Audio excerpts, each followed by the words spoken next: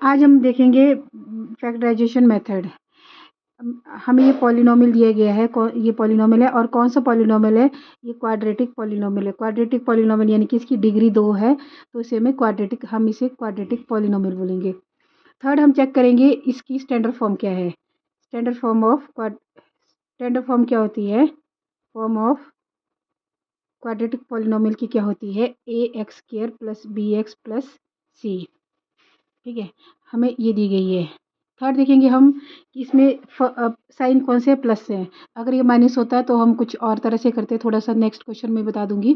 But ये यहाँ पे प्लस दिया गया है, तो फिर हम इसे कोई मिलेगी इजी वे में हम इसे सॉल्व कर सकते हैं। तो हमें ये दे रखा है, हम करेंगे पहले ax² + bx + c, ये इसकी स्टैंडर्ड फॉर्म है। और हम यहाँ पे देखेंगे हमें ये क्वाड्रेटिक पॉलिनोमियल दिए गए हैं 6x² + 17x + 5। हम इन दोनों को कंपेयर करेंगे। कंपेयर करने का मतलब, हम देखो यहाँ पे कंपेयर करेंगे तो देखेंगे a = कितने के बराबर है, 6 के बराबर है, b है 17 के बराबर और c है 5 के बराबर। ठीक है, हमने ये देख लिया है, a 6 है, b 7 है और c 5 है। अब हम क्या करेंगे, हमें जो इसकी फैक्टराइजेशन करने के लिए हमने क्या करना है, a × c, जो a है वो c से मल्टीप्लाई करेंगे। a को c से मल्टीप्लाई करने पे हमें 30 मिलना चाहिए, 30 आना चाहिए। और हम मिडल टर्म को फैक्टराइजेशन के लिए मिडल टर्म को स्प्लिट करते हैं। ये क्रूशियल स्टेप है, ये हमें समझना बहुत ज़रूरी है और इसको समझने के लिए हमें बहुत ज़्यादा प्रैक्टिस करनी पड़ेगी। तो देखिए ये 17 है, यहाँ पे ये 17 है, 17 है। तो हम क्या करेंगे, इसको हम इस तरह करेंगे, इसको हम इस तरह हिस्सों में बांटेंगे। जब हम मल्टीप्लाई करें तो 30 आना चाहिए और जब हम इसका प्लस करें तो हमें 17 आना चाहिए। तो हम करेंगे 2 + 15 = 17। ये वाला मेथड जो है, ये थोड़ा सा ध्यान देने, इसमें हमें ज़्यादा ध्यान देना होगा और जब हम प्रैक्टिस करेंगे तो हमें ये बहुत ही ज़्यादा ईजी लगने लग जाएगा। तो 6x² प्लस जो ये मिडल टर्म है, इसको हम मिडल टर्म स्प्लिट मेथड भी बोलते हैं। जब हमने इसको तोड़ दिया, यानी कि 2 हिस्सों में तोड़ दिया कि हमें प्लस करेंगे तो 17 प्राप्त होना चाहिए और जब हमें a × c करेंगे तो हमें 30 मिलना चाहिए, यानी कि इसको इससे करेंगे 13 और जब हम दोनों को प्लस करेंगे तो 17 आना चाहिए। ठीक है, तो हम करेंगे यहाँ पे 2x + 15x + 5, ये आ गया। इसमें मैंने एक स्टेप छोड़ दिया, मैं वो भी समझा देती हूँ। 6x² प्लस, आप ऐसे कर सकते हो 2 + 15, ये ऐसा ऐसा ऐसा, ये जब हम इसे मल्टीप्लाई करेंगे ये तो इस तरह आ जाएगा। ठीक है, आ गया। फिर इसके बाद हम देखें, हमें अब कॉमन लेना है, इसमें कॉमन लेना है तो 6 के फैक्टर करेंगे। हमने 6 के फैक्टर भी पढ़े हैं, 2 3 1, ये हमने फैक्टर पढ़े।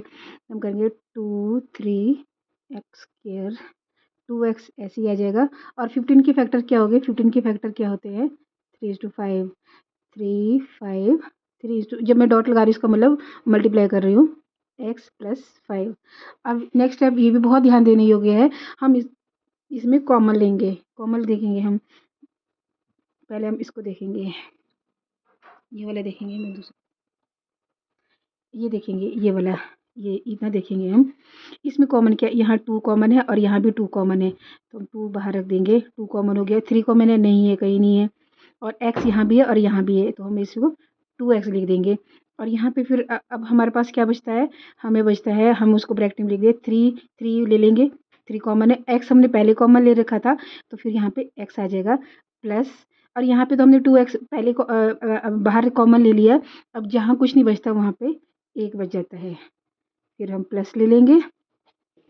फिर यहाँ पे कॉमन क्या है, इसमें कॉमन क्या है, इसमें देखेंगे यहाँ पे 5, पहले ये 3 है, 3 × 5 x + 5, यहाँ पे ना 3 है, यहाँ पे नहीं है, तो यहाँ 5 कॉमन है, तो हम यहाँ पे 5 कॉमन ले लेंगे और ब्रैकेट लेके ले लेंगे। तो यहाँ पे x भी नहीं है, अगर यहाँ पे x होता तो हम x कॉमन ले लेते, पर इसमें x नहीं है तो हमने x नहीं लिया। तो हम यहाँ पे देखेंगे, यहाँ 3 है, इसको हम 3 ले लेंगे, 3x और हमने जो ये 5 है हमने बाहर कॉमन ले लिया है।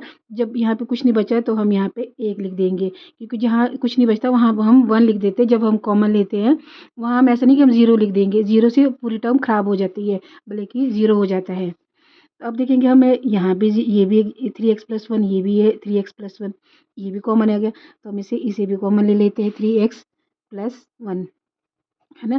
तो यहाँ देखिए 2x+5, यहाँ पे 3x+1 है, दोनों को ये यहाँ पे कॉमन ले लिया। फिर हम पहले 2x लेंगे, फिर यहाँ पे +5 ले लेंगे, +5 ये, और ये इसका फैक्टराइजेशन हो गया।